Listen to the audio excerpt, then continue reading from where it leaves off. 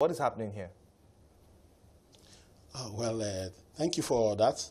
I think the first thing is making pledge, like you said, is one, and committing themselves to the pledges made is another. Secondly, in the Nigerian health system, there is a lot of injustice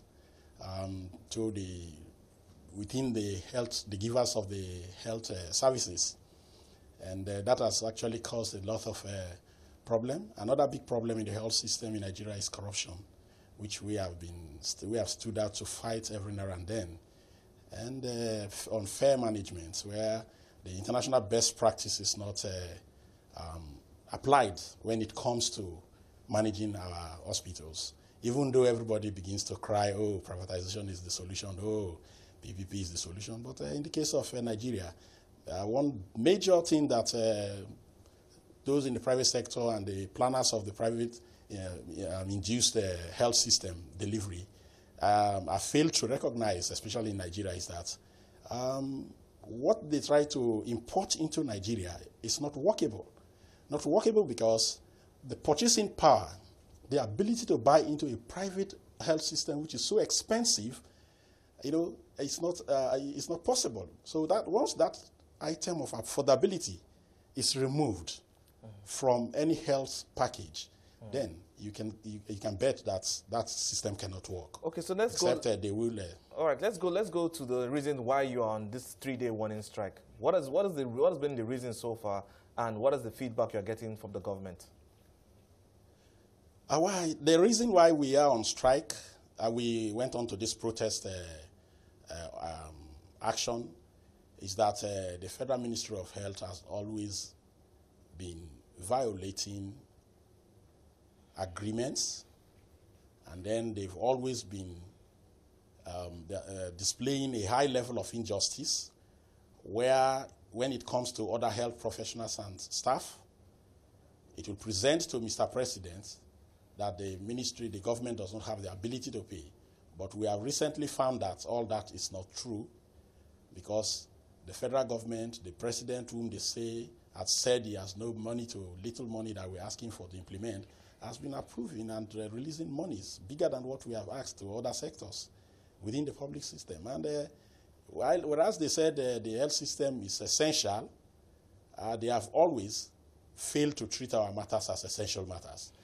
Again, the injustice I'm talking about, in the same health system, they are at liberty to implement certain policies for our colleagues who are the medical practitioners, and then to the rest of the healthcare providers in the same health system, they are always refusing to do even our rights. Okay, but I understand that part of the grievances that you have is over unpaid salaries. Can you clarify that?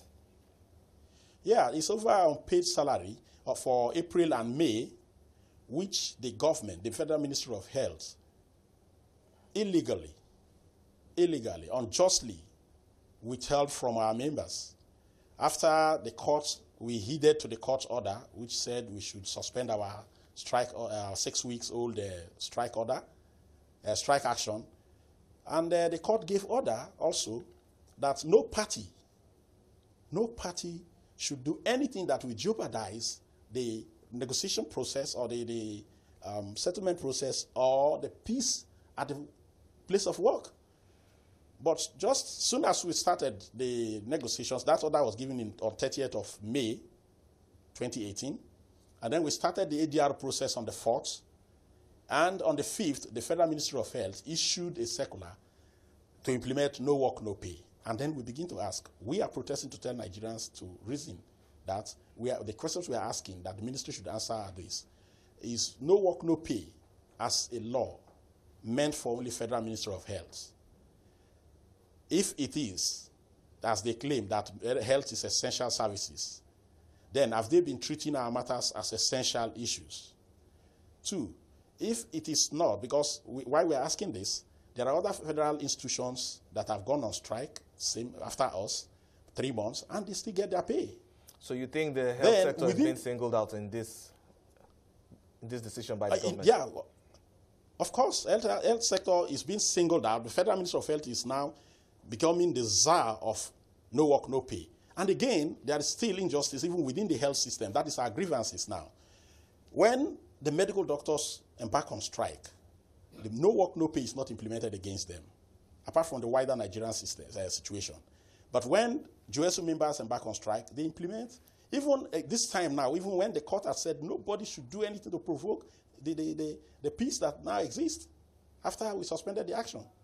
Okay, so you're in your third day. You're in the third day of this warning protest, as you call it, you know, and so I guess tomorrow things will go back to normalcy. So what has been the feedback you've been getting from government based on this 3 days protest that you embarked on?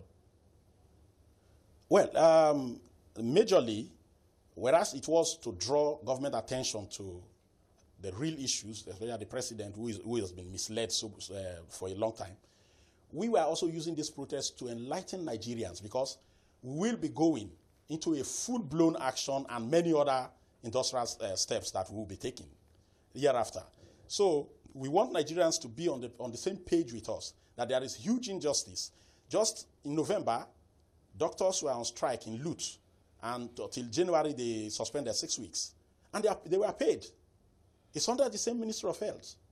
But I also we want Nigerians to know. Okay, you can continue. So we want Nigerians to be aware of the injustice that is meted against us. Okay. And so that when we embark on strike, they will have the understanding. Okay, but I'm trying to look here I'm trying to understand here the timing of this protest, because we're seeing it's 3 days to an election cycle, and we understand that an election cycle might bring in either a new government, or we'll see the incumbent continue. I was thinking, wouldn't it have been best if this had happened, say, when the process was concluded around May? Well, like I told you before, we are very concerned about the plight of Nigeria. It's only the public health instances that are near affordability for the common people of Nigeria. Nigerians can't really pay the high cost of even a PPP project in the public hospitals. They can't. So it is our services that are affordable to them. So we are very mindful. So we try to explore other, peaceful means of getting this thing resolved. And for your information, why we decided to do this as far the timing, last week we went to mosque and church to at least lay the matter before God.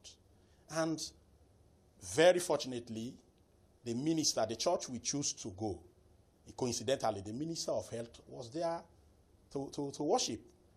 And we were called up, and the church discussed and said we should try and resolve this issue.